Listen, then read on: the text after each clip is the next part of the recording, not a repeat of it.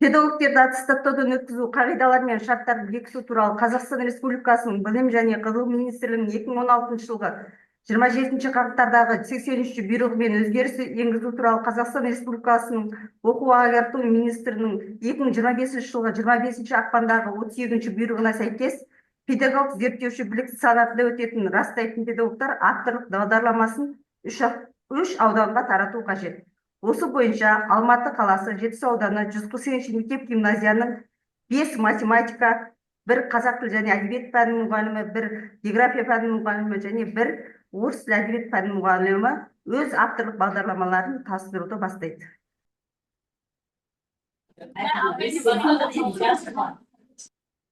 Қайырлы күн, құрметті әріптестер. Жетісу ауданы нөмір 148 мектеп гимназияның география пәнінің мұғалімі Уланбек Айжан Оңғалбековна.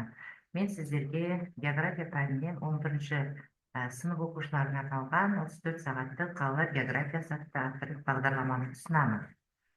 Жалпы мақсаты оқушылардың дүниежүзі елдерін тануы, елдердің географиялық орны, жер аумағы, жер бедері, қазба байлықтары, шаруашылығы, экономикасы, қалалар туралы ұғымдарды ұғындыру.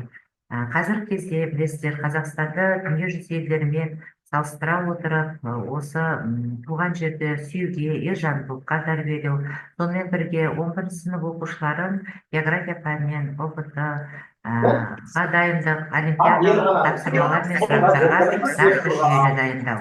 Жалпы міндетіне тоқталатын болсақ, осы тақырыптар бойынша қысқаша лекциялар жаздырту, пікірталас, дебат, ойын сабақтар, семинар сабақтар ұйымдастыру, картамен жұмыс және әрбір елді өткен кезде, қалаларды өткен кезде Қазақстанмен салыстыра отырып, еліміздің жалпы экономикасын дамыту жолдарын қарастыру.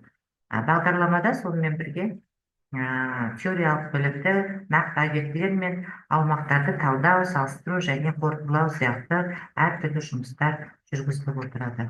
Рахмет назарларыңызға.